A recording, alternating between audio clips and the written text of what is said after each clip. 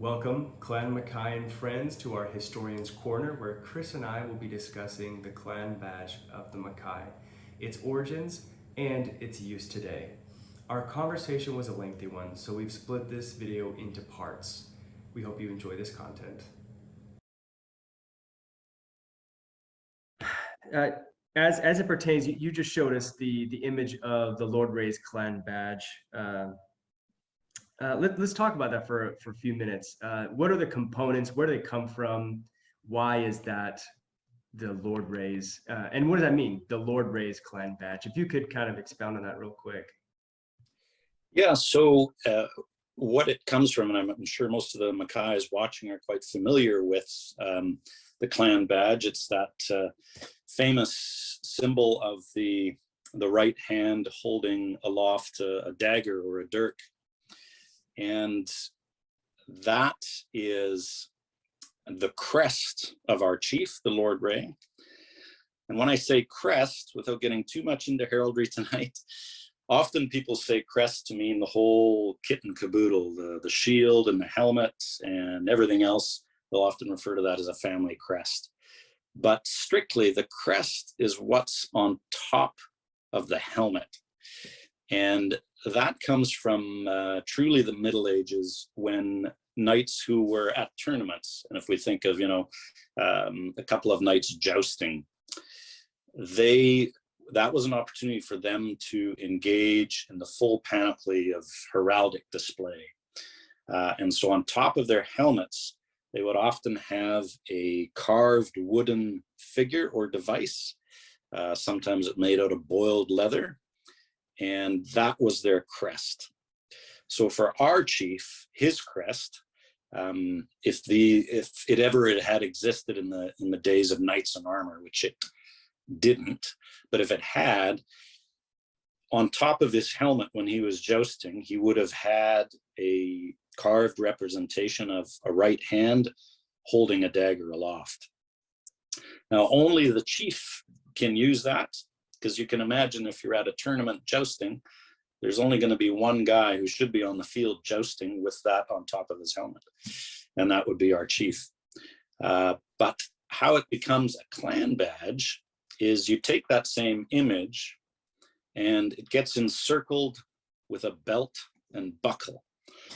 And once it's encircled within the belt and buckle, that becomes the badge and can be worn by any adherent to the chief. I was reading actually on it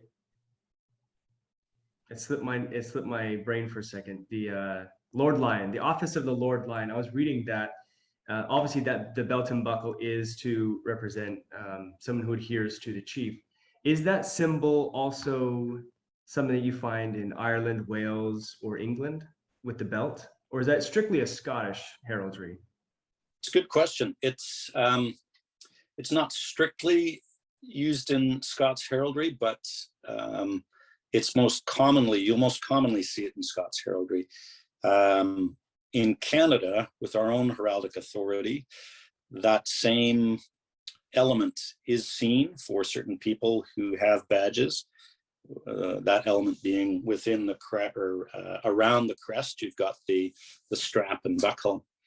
But most typically, you'll see it in the Scottish context. And the strap and buckle is supposed to be a remnant of an actual strap and buckle that would have been used to affix a metal representation of that badge, say around the arm of the follower or the clansman. So similar to what we have today with a metal representation of the badge. So this is the metal hand and dagger, the strong hand. And so adherents would be given a disc showing that symbol on it. And then in order to affix it to their arm, there would be a small strap and buckle attached to it. And they'd use that to strap around. And so that in paper heraldry became represented by the crest surrounded by a depiction of that belt and buckle. That's very interesting. We were talking, or you were talking about the jousting in tournaments. And you can see on the clan badge that at the bottom there's a torse, or it's basically this folded material that used to go around the helmets that would hold the crest in place on the helmet, if I'm not mistaken. I've seen on the internet that there's many, if you look up the clan badge of Clan Mackay, or if you just look up, the crest of Clan Mackay, depending on, how you're going to search it, you'll find that there will be different colors of this torse, that piece of fabric right below the hand and the dagger. And in heraldry, all items of heraldry have to be exact because it identifies, right? So the torse for the clan Mackay, or excuse me, the torse for the Lord Ray below his dagger is silver and blue, correct? Yeah, so that torse, that weird word torse, and sometimes it's called a wreath, which helps you envision it a little better, was originally 2 lengths of silk, probably, of 2 separate contrasting colors.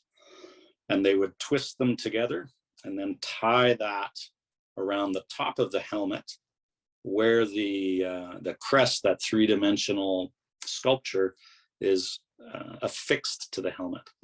And the thinking is, the reason they tied it around, of course, people in the Middle Ages love display and love color, but the practical reason was there was probably some unsightly bits of metal or whatever else that would be used to affix the crest to the top of the helmet. And so in order to conceal that, they would use this wreath of silk around it, so you wouldn't get to see the little ugly bits where the crest was affixed to the top of the helmet. And so to answer your question in terms of colors, yes, you're very right. In heraldry, a lot of things are regulated, and the details of the heraldic elements are regulated, in no small part because originally, and still today in many parts of the world, or in some parts of the world, I should say, it's a part of law.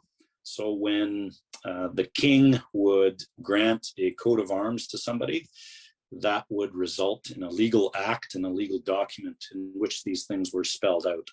And it's called a patent. Similar today, when somebody invents something and registers that invention with the patent office, it's the same type of idea. As of that moment, you've got a legal description of what the thing is. So for the Lord Ray, his colors for his torse are blue and white, and those are referred to as the livery colors. So again, if we think about, in the 16th century, when these groups or gangs of people following the Lord were wearing all the same clothes in order to denote themselves as followers of that Lord, those would be their livery colors.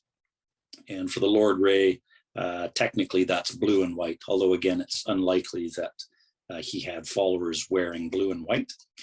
And that also is what became regulated in law, particularly in England, again, in order to try to restrain these kind of gangs of unruly people running around trying to pick fights with other gangs. And again, not dissimilar from certain parts of the States in particular, where you've got gangs for whom particular colors are of significance. And if you're in the wrong gang's territory, wearing the wrong color, intentionally or not, it could cause you some real problems. So same thing in the Middle Ages.